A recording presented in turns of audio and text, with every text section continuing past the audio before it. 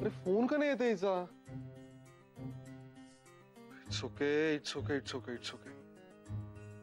हा आदित्य, तिचा इंटरव्ह्यू झाल्यावर येईल तिचा फोन तुला. Okay relax. घरी करून बघू का?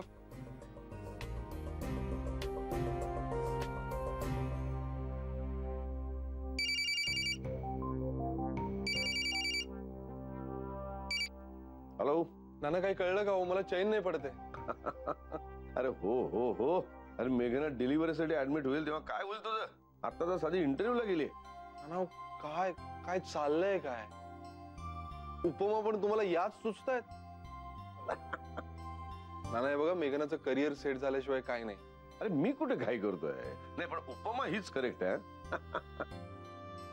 एनिवे इंटरव्ह्यू झाल्यानंतर ती तुलाच फोन करणार पहिल्यांदा, तेव्हा धीर धर धीर धर.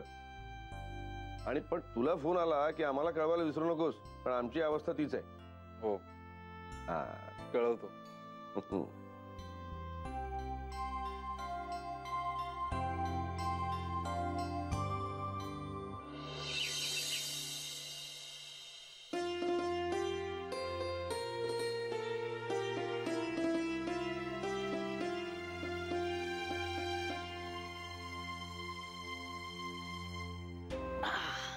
संजीवनी कमाल आहे नाही? ते लाजाळूचं झाड आबोल म्हणता म्हणता मेघना एमए झाली आणि आज चक्क लेक्चररशिप साठी अपॉइंटमेंट लेटर पण मिळालं. तीच अबोल मुलगी आज 150 मुलांसमोर तासन तास बोलणार आहे. मज्जा आहे नाही? पण अजून आली कशी नाहीत मुलं? बाबड्या तिला पिकअप करायला गेल्या ना? हो गेले भटकायला दोघं. नाही हो, अजिबात नाही. आधी घरी येतील की नाही बघा. ते लेटर देवासमोर ठेवतील, मग ते आपल्या हातात देतील. त्याच्याशिवाय चैनच पडणार नाही त्यांना. मी सांगते की नाही ते बघा. बाई झालं मी म्हंटल तसं. अभिनंदन, सुखी रहा. वा वा, छान छान. माई हे धर. अरे देवासमोर तुम्ही ठेवा ना. तू ठेव ना यार. मेघना तुम्ही पण ना. काय रे पिशवीत काय? रसमलाई. अगो बाई, अरे काय चाललंय हे? हिचा रिझल्ट लागला म्हणून गुलाबजाम काय आणले, मुलीचा रिझल्ट सेलिब्रेशन करण्यासाठी सुरेश रावांनी पुरणपोळ्या काय आणल्या, कॉल लेटर मिळालं म्हणून जिलबी काय आणली, आणि आता वर रसमलाई. मनातून अगदी आनंद झालाय बरं का. पण दाखवतात असं की जणू काही यांना नकोच आहे ती रसमलाई. नाही नाही असं मी कुठे काय म्हटलंय? नाही तर तुम्ही मला काय देणार नाही रसमलाई. नाही काय ना मेघनाला आवडते ना, म्हणून तिच्यासाठी स्पेशल रसमलाई.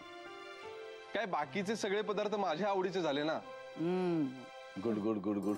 नाही आपल्याकडे सगळ्यांच्या आवडी निवडी वेगवेगळ्या आहेत, ते बरं एक प्रकारे. बरं बसा बसा बसा बसा बसा. जरा सविस्तर सांगा सगळं. नाही हे कॉलेज बरं आहे नाही, पण इंटरव्ह्यू झाल्या झाल्या लगेच अपॉइंटमेंट लेटर दिलं सुद्धा, आणि उद्याही निघाली सुद्धा. काय ग, कशासाठी जाणार आहेस तू? ओरिएंटेशन. म्हणजे अभिमुख करणं. छान. चांगला सांगितलं अर्थ. कठीण शब्दाचा अर्थ कठीण शब्दातच सांगायचा का? आपली थोडी शानपत्ती दाखवायला नको का? अगं थोडक्यात काय, आता मेघनाचं टीचर्स ट्रेनिंग झालेलं नाही की नाही, तेव्हा ती आणि तिच्यासारख्या नवीन लेक्चरर्स साठी अध्यापन ओळख कार्यक्रम असणार तो, काय बरोबर ना? हो बरोबर. आणि तो कोर्स 7 दिवसांचा आहे. एवढी काही दादागिरी करायला नकोय. आता मी माझी सूनच लेक्चरर झाली, तेव्हा मला काही अडलं ना तर मी तिलाच विचारेन. हो माई. काळजी करू नकोस. तिने तुला विचारलं, तुम्हाला विचार.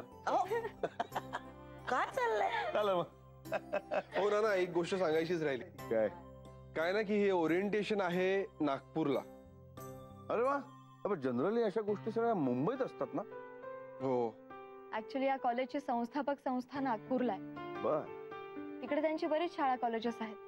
मुंबईतलं त्यांचं हे पहिलंच कॉलेज, त्यामुळे त्यांचं फॅसिलिटी सेंटर तिकडे आहे. म्हणून ओरिएंटेशन कोर्स नागपूरला.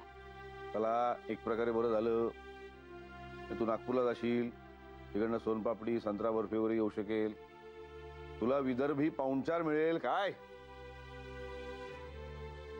नाना, अहो पण तिला आलंय टेन्शन एकटीला जायचं. टेन्शन म्हणजे तसं नाही, पण लहानपणापासून मी अशी एकटीच्या जीवावर कधीच कुठेच गेलेली नाहीये. बाबांचं थोडं दडपण असायचं, त्यामुळे मनात थोडी भीती आहे, बाकी काही नाही. आणि अचानक 150 मुलांच्या वर्गावर शिकवायचं, त्याचंही टेन्शन आलंय मला. आपला विषय पक्का हवा, तो सोप्या भाषेत विद्यार्थ्यांना समजावता यायला हवा, वर्गावर पकड हवी. बापरे, जमेल ना मला? जमेल, ऑफकोर्स जमेल. कारण की काय आहे ना, की तुला एक्झॅक्टली काय यायला हवं हे तर तूच सांगितलंस आता, आणि तीच क्लॅरिटी सगळ्यात महत्वाची. हो की नाही नाना? करेक्ट आहे. मग आणि ती आहे तुझ्याकडे, तुला नक्की जमेल बघ.